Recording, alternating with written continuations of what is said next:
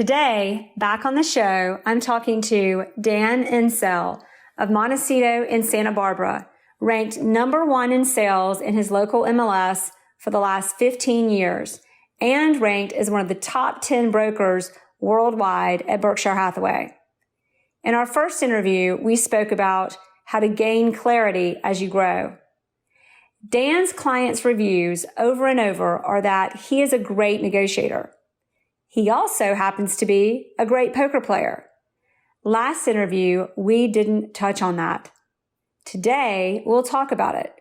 Negotiating multi-million dollar deals and applying poker to real estate.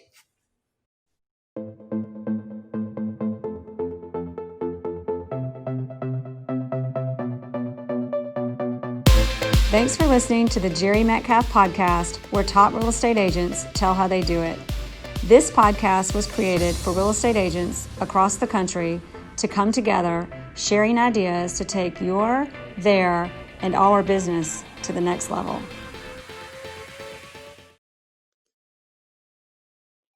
All right, everybody, we're back. Dan Encell. We had to bring him back on the show again.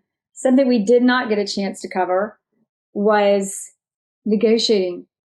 This guy, well, first of all, everybody, let me just remind you in case you're watching us live and didn't see the last interview, Dan Encell is in Montecito, Santa Barbara, California. He is the top agent in sales in their MLS system, which is pretty much one of the top agents, period. And last time we talked about just you really are concise and decisive in the way you do business, and that's what makes you a top agent. We had so much to talk about. We missed out on negotiating.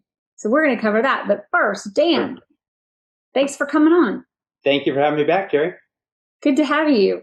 So let's talk a little bit about first, this negotiating thing you're very good at, obviously, but does that have anything to do with your passion for poker?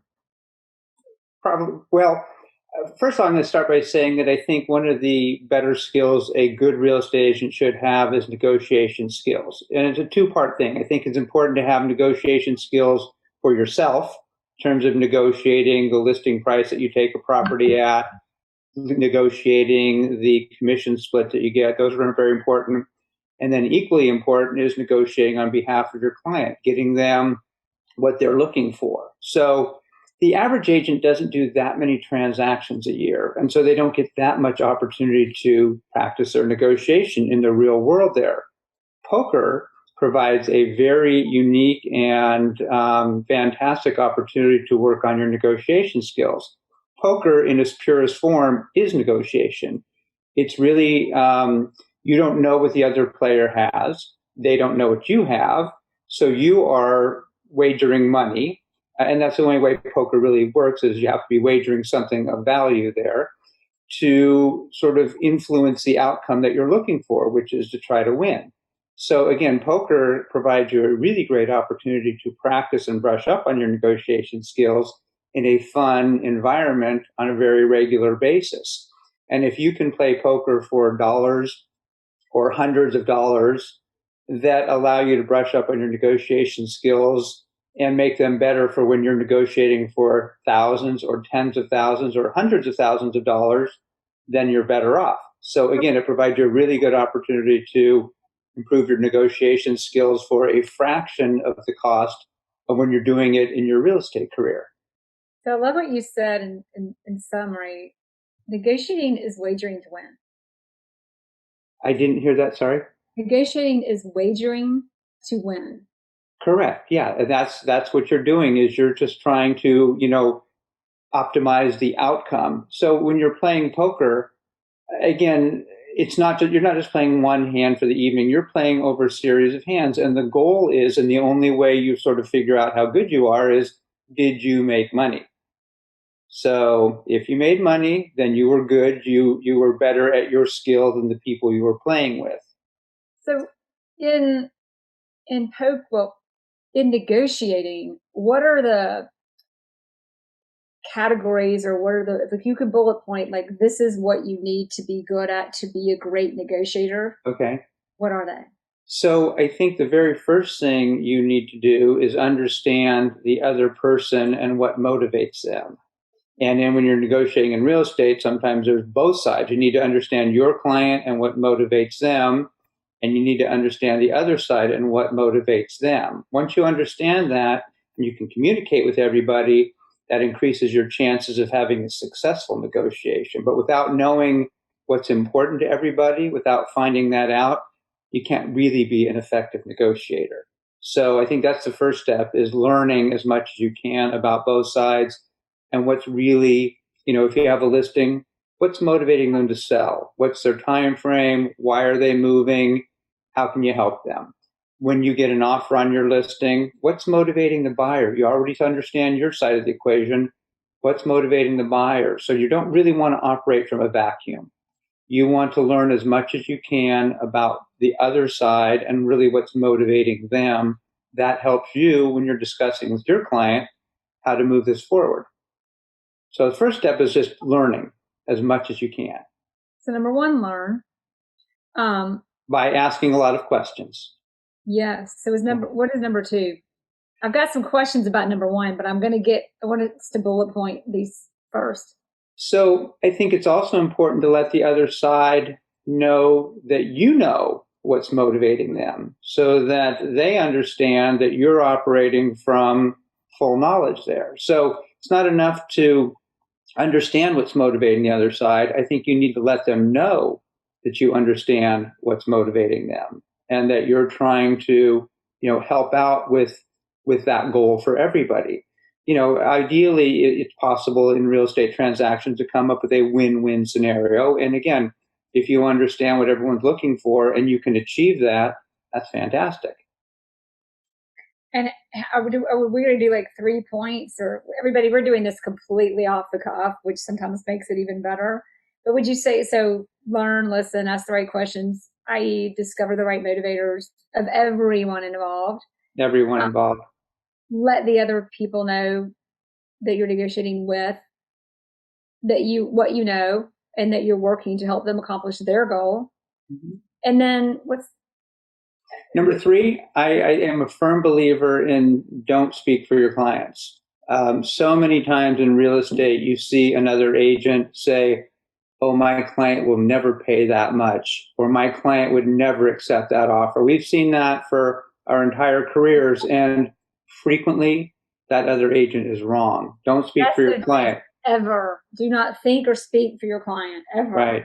And it's such a temptation for agents. They want to be in charge and they want to be their client's hero. But again, a lot of times they don't really understand everything that's going on. And you and I have been surprised numerous times in terms of, we'll have a seller who says they'll never take below X, and then a good offer comes in and lo and behold, they're willing to come way below X. Similarly, we've had buyers, it's like, it's as much as I'm paying, and then, another offer come in and they'll go way above that. So don't assume and don't speak for your client. I think those are 2 really important rules for real estate agents in negotiations there.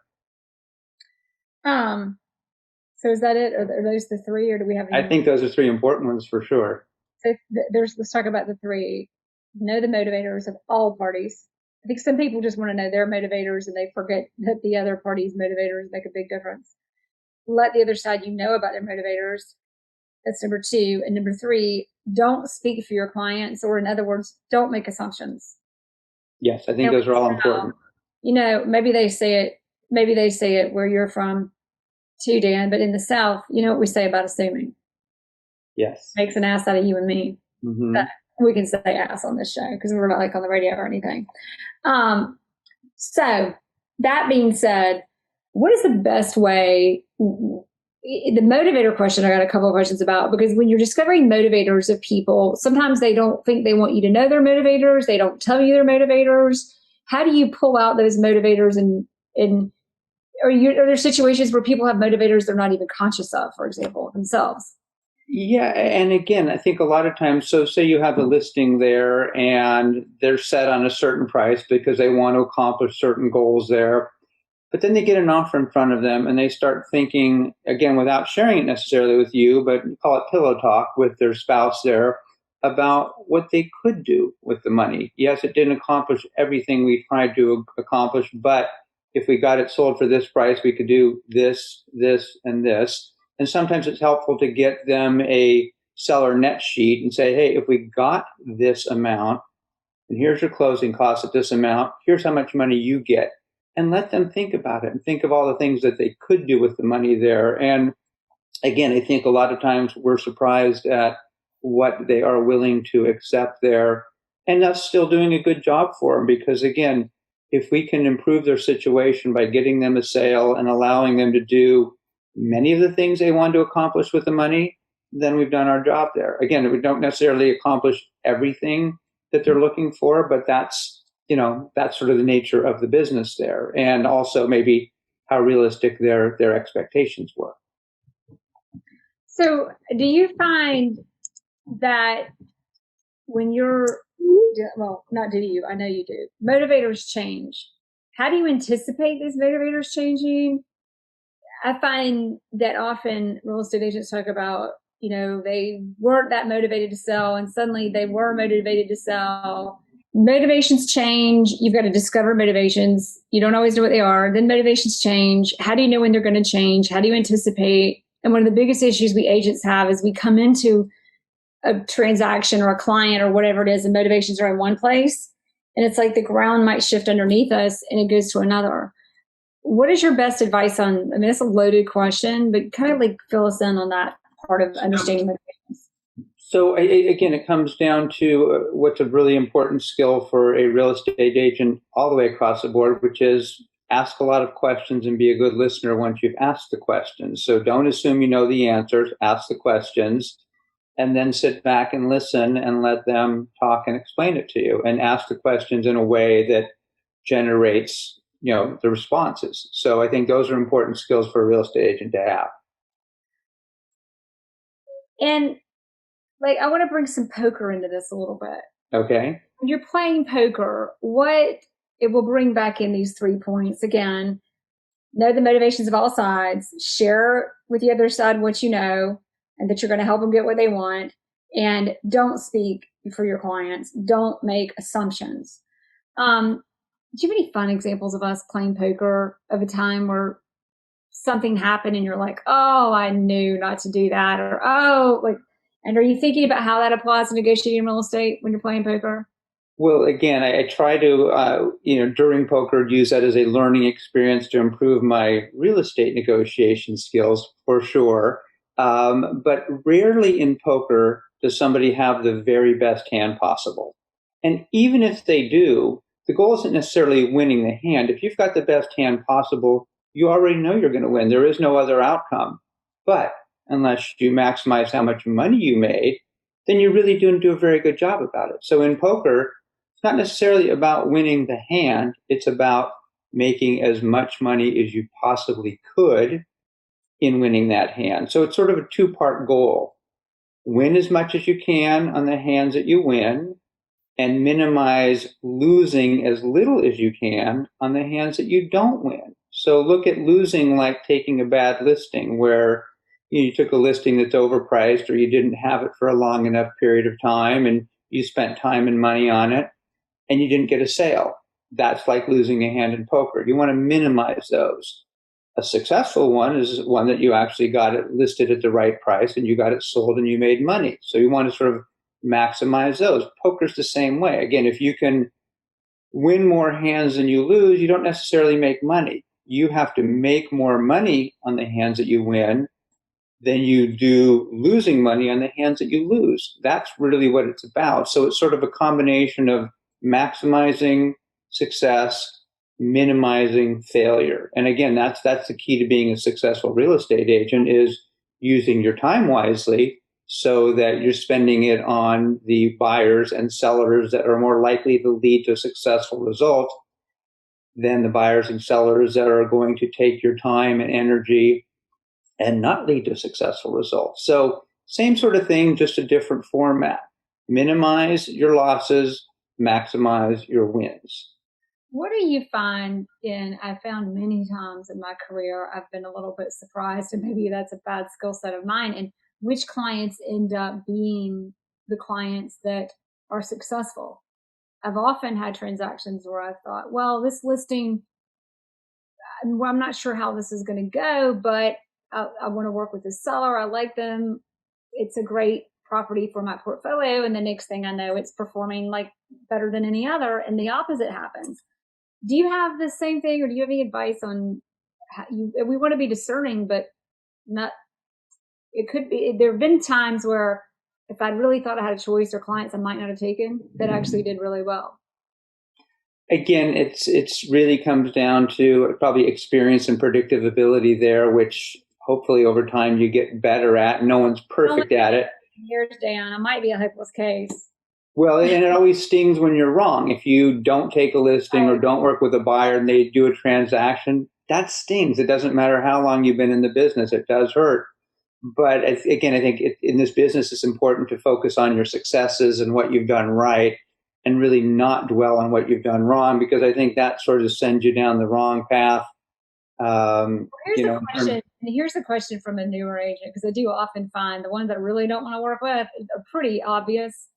The ones that I'm like, maybe, maybe not. I know they're going to be fine to work with, but there have been a few that it's really obvious the answer is no. And the former Jere Metcalf of 15 years ago would have taken them and spun my wheels on them. What's your advice to newer agents on, do you just say yes to it all to learn?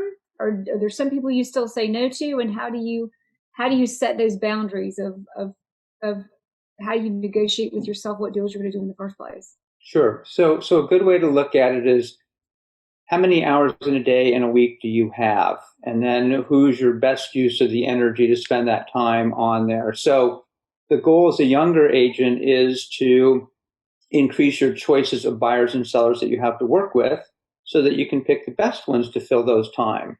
If you don't have a lot of choices, you almost have to work with the people that aren't the best use of time, but use that as a learning experience. There's plenty of times you can take a listing that's overpriced and doesn't have a very good chance of selling, but that you can leverage that to actually, get extra business from that. So you have a listing, you can go door knock on the people around you and say, hey, got this listing, I'm going to do an open house, come by, meet some neighbors, send out brochures, send out postcards, do an open house, meet other neighbors.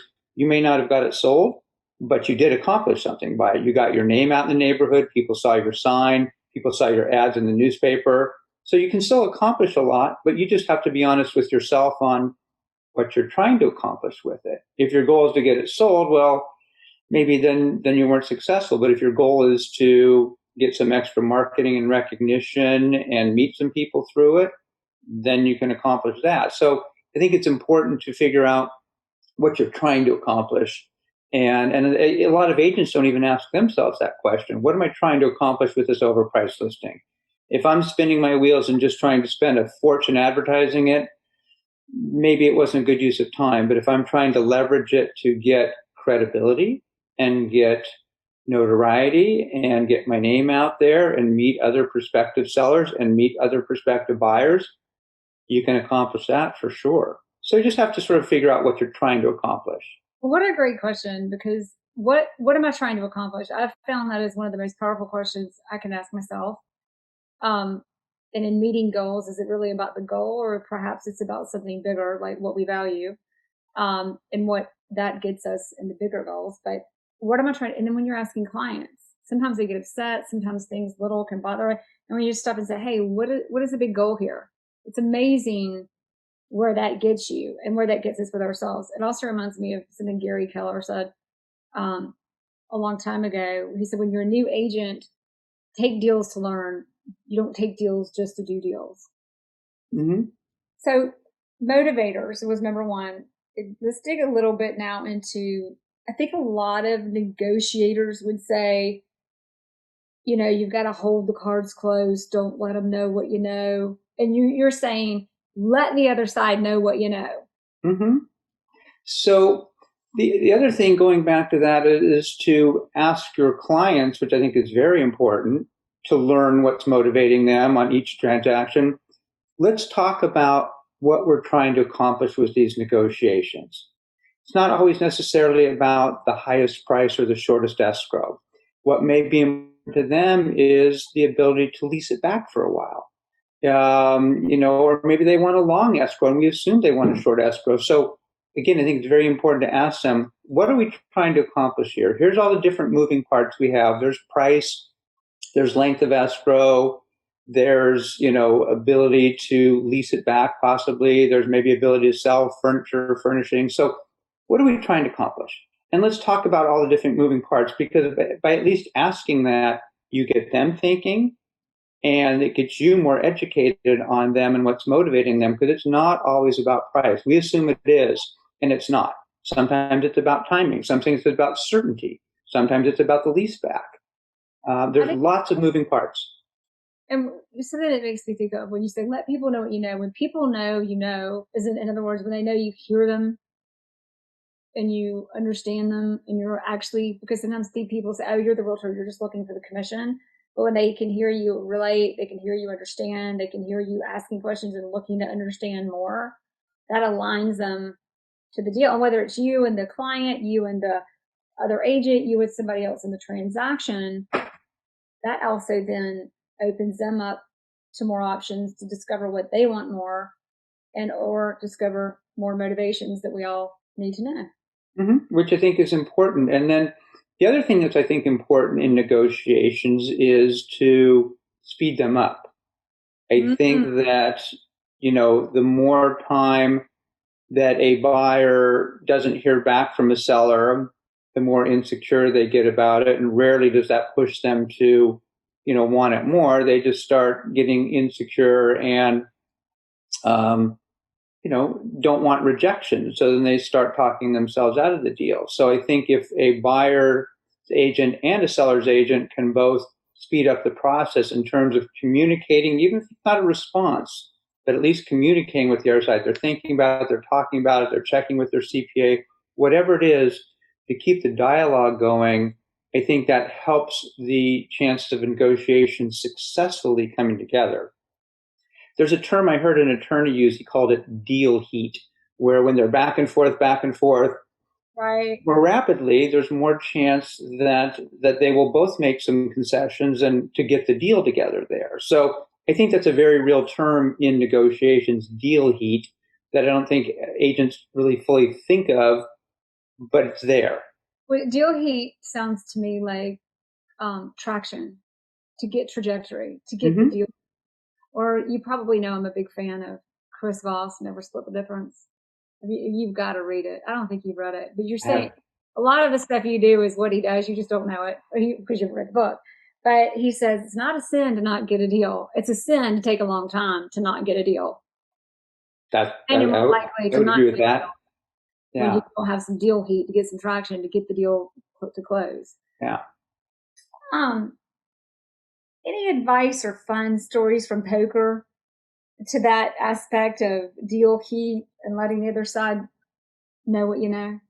So a lot of times I think it's more effective to, if you have a really good hand, don't necessarily bet it like you do. If you see other people betting and you can sort of sit on the sidelines and watch the amount of money in the pot grow because other people are doing the work for you, then you come in at the end and win and they're just shocked. Same sort of thing can happen in negotiations also. You can let your clients do all the talking or them do all the talking and then just be a good listener, but know what your position is and know what your client's trying to accomplish there. So again, sometimes it doesn't necessarily have to be the one who's doing all the talking to be the more successful person in negotiations. You can be sitting and listening, but still knowing what you want to accomplish there. So that can be very effective. So they would call that maybe slow playing, where you're, again, involved, but not the person pushing the action. Such great advice.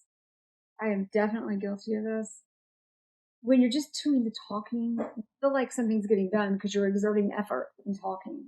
Oftentimes you're just digging a hole. And when you're not doing talking, you get to actively listen. Or my favorite is like, oh, so how are we supposed to do that? Give them the problem to give you the solution, which gives you, back to number one, more motivations that everybody needs to know to get us where because nobody's getting anywhere without some motivations. And sometimes it helps to have an uncomfortable silence where whether you're negotiating with the other side or talking with your clients to pose a question and then just sit back and let them think, and don't offer advice and don't offer opinion, but let them come forward with it there. So, I mean, how many times have we come up with, thinking in our mind what number we want to suggest, and then they come up with something that's far greater than that, and we're glad that we held our tongue and didn't say something. It's very common. So I don't think there's much upside to being the first person to speak. There's not much upside in being the first person to speak in negotiations. So in that being said, agents usually have an aggressive nature. They want to go first. They want to get out there. That's why they're realtors and they don't have real jobs or whatever. What's your advice to someone who does want to speak a lot, speak first? How do you find what do you do? You seem to be a little bit more of a listener, by the way. I try hard. And again, people describe my negotiation style as the velvet hammer, where I keep working to get what I want, but in a very soft, subtle way. So I don't really beat people over the head with it, but I continually sort of chipping away. So the velvet hammer is sort of a nice nickname for my negotiation style. So how do you know when to hold or when to be quiet? When you've got, don't negotiate past yes. Once you've got what you're looking for, shut up. Don't negotiate past yes. That's great. Look at these quotes. I've already got too much stuff written down all over here. Don't negotiate. I'm trying to quote you everywhere, but don't negotiate past yes. Any examples you can give us of when and how you learned exactly how not to negotiate past yes? Yeah, if you keep talking and then they start going down a different path once you've already got what you're looking for. Once you've got what you're looking for, stop. There's no more upside. You've already got, you've won. You've got what you're looking for. So, the only thing that can happen by continuing the dialogue is it could go the opposite direction and you could lose some of what you've tried to accomplish there. So once you've got what you've tried to accomplish, and I think it's important to figure out what you're trying to accomplish also. So I think a lot of agents need to go into negotiations, first of all, trying to figure out not only what their client's trying to accomplish, but what they're trying to accomplish also. So it's always good to have goals. I think goals are very important. And again, they require you to think. And again, it's not always about getting the most money. I recently had a transaction where I represented the seller, and our market's a very strong market right now. And I was very concerned about her being able to find a replacement property in a reasonable period of time. So we didn't necessarily take the highest price, but we got one that gave her a 3-month free lease back, which made it very comfortable for us when she was a buyer to be very comfortable and not feel rushed and not caught up in a very frenzied market right now. So I knew going into that was my biggest goal, was to buy her time.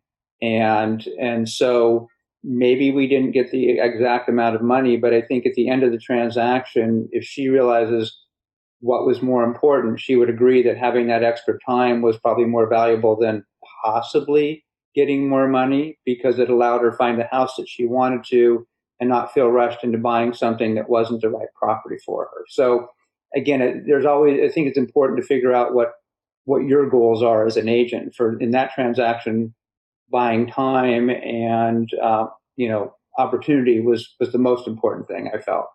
And what your goals are based on, obviously, your client's need, knowing the client's motivations. I love this. So you talked about finding out motivations, letting the other side know what you know. Don't speak for your clients. Don't assume. In poker, you don't have clients to speak for. And it's good to have some deal traction. Now I'm going to sum that up another way. The factors in negotiating are silence, speed, motivation. Go in with your goal and keep the traction. Oh, and then, by the way, stop when you're done. Don't keep going off the cliff. Once you get to the top of the mountain, stop. You're there. Yeah. Know when you've gotten your goal. Yeah. I love what you said about that, going in with your goal. I think a lot of people go into negotiations. I'll have clients say, look, this is the least I'm going to take. And I always say, look, if you go in, I'd love to know your thoughts on this, but when you go in focused on your bottom dollar, that's usually what you get, right? Mm-hmm. But if you go in like, this is my goal, this is what we're going for, how do we get it? How do we keep the traction and the speed of the deal? Make sure we're silent, make sure we know the motivations. Then we know where to stop and we're not just going in, getting beaten down and settling for our goal. And I think one other thing that's very important, Jere, is, which we didn't touch on, is help the other side feel good about the negotiation also. So at the end of it, they feel like, again, that it was successful in some ways on their part also. So again, I think there's ways you can communicate to the other side in the negotiation on things that they did accomplish, that, concessions that the buyer or seller did make, or that they beat out other people that offered more, something to make them feel good about the transaction, where they leave it in with a good positive feeling about you as the agent and themselves, about how they handled it and what they accomplished with it. So I think that's important. So I can't believe you haven't read Never Split the Difference. Chris Voss, you're like Chris Voss Jr., but he always says your last impression is your lasting impression.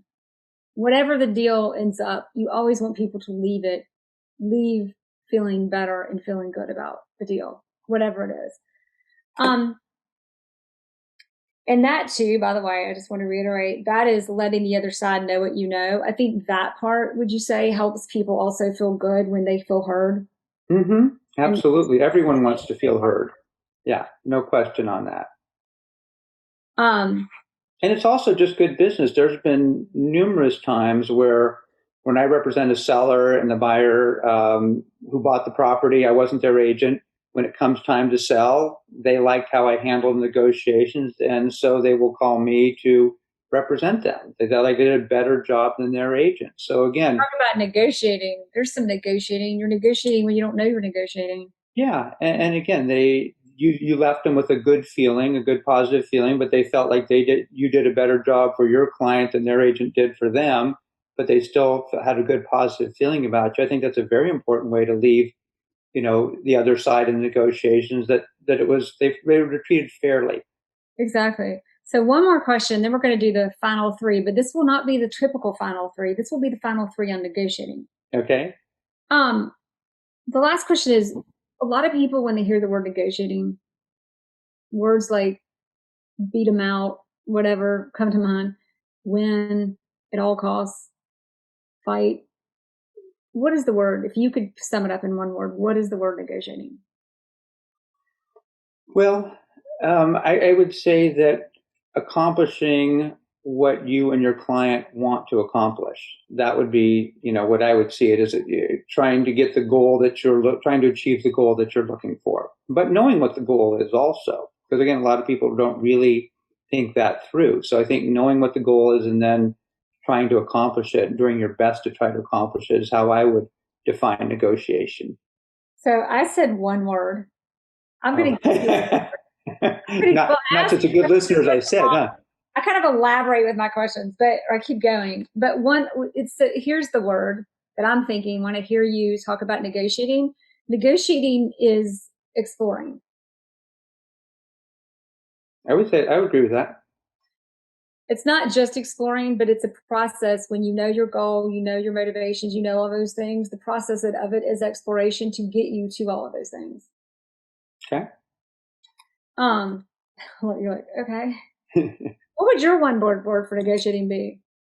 I don't know. That's a tough question there.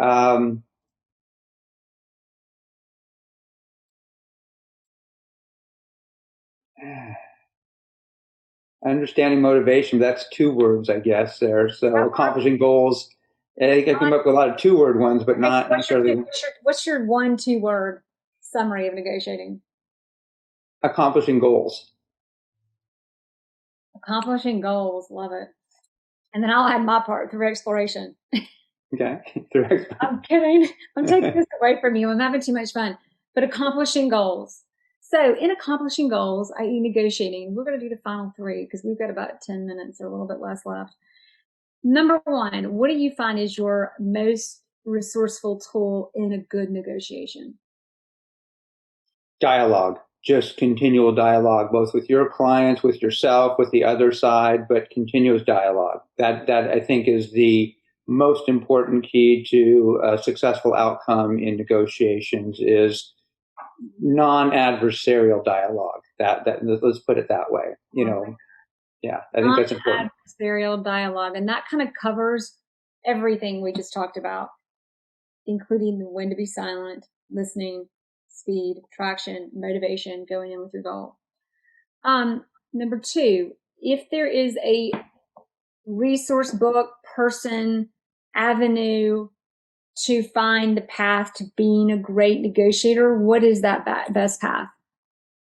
Set up a little friendly, fun poker group and make the stakes be meaningful enough that you care, but not so meaningful that you're not being able to pay your house payment that month there. But I mean, it has to be real enough amount that you are using your negotiation skills and the money matters, but not so important that again, it's going to, financially impact you in a real negative way. But again, I think the more often you could do it, I play twice a week. I'd play every day if I could, but. So obviously I've got a team of agents. We need to play poker at least once a week. Mm-hmm. Team meeting will be a poker game, catching up over poker. And what a fun way to work on your negotiation skills. But again, if you break down poker, it is the purest form of negotiation there is, because again, if you don't know what they have, they don't know what you have. They can make assumptions on that. You can bet according to their assumptions or their fears. And at the end of it, it's how much money you made versus how much money you lost, which determines whether you're successful in those negotiations. I want to hear from any listeners whose teams actually play poker for negotiating practice. On that, how hard, so this interview could have been more interesting had I known how to play poker. How hard is it to learn how to play poker? So Texas Hold'em is probably the most common poker game, and that's what they play in the World Series of Poker. And there's a term about Texas Hold'em that it takes a couple minutes to learn and a lifetime to master. So, which is, what's that? Texas Hold'em. Texas Hold'em. Hold'em. So, yeah. There's so how much Texas I know about it. All types of poker are variations of your best 5 cards. There's just lots of different ways to get there. Texas Hold'em, each player gets 2 cards that only they know. And then ultimately there's 5 community cards. You can use your 2 cards with any 3 of those 5 community cards to make the best hand possible. So again, it only takes a couple minutes to learn how to play, but they say it takes a lifetime to master it. So, and that's really just your negotiation skills, is the mastering Texas Hold'em. And that's the big tournament that they have in Las Vegas each year, the World Series of Poker, where people come from all over the world. They pay a $10,000 entry fee. There are thousands of people who pay. There's probably close to $100 million in prize money. It's a big deal. And again, that's their poker skills. Texas Hold'em. Yes. All right. My team's either going to be sending you love letters or hate letters. I'm not sure. Okay. But I can't wait. Last question. If there's one piece of advice you want us to remember about negotiating from this conversation, what is that? Being a good listener. Yeah, still, it's always coming down, which a lot of real estate skills is being a good listener and having goals. Figuring out what you want, and then how do you accomplish it there? But through listening and asking the right questions there. But again, I think that, and that's not just real estate or poker, that's just life in general. It's like, really, what do you want to accomplish? How do you get there? What do you want? How do you get there? And don't forget, listening is a big part of it. Yeah. Happy Thanksgiving. What's that? Oh, yeah. Happy Thanksgiving. It'll be after Thanksgiving by the time we release this. But thanks for being on again. That was great. Thanks for having me. Always fun.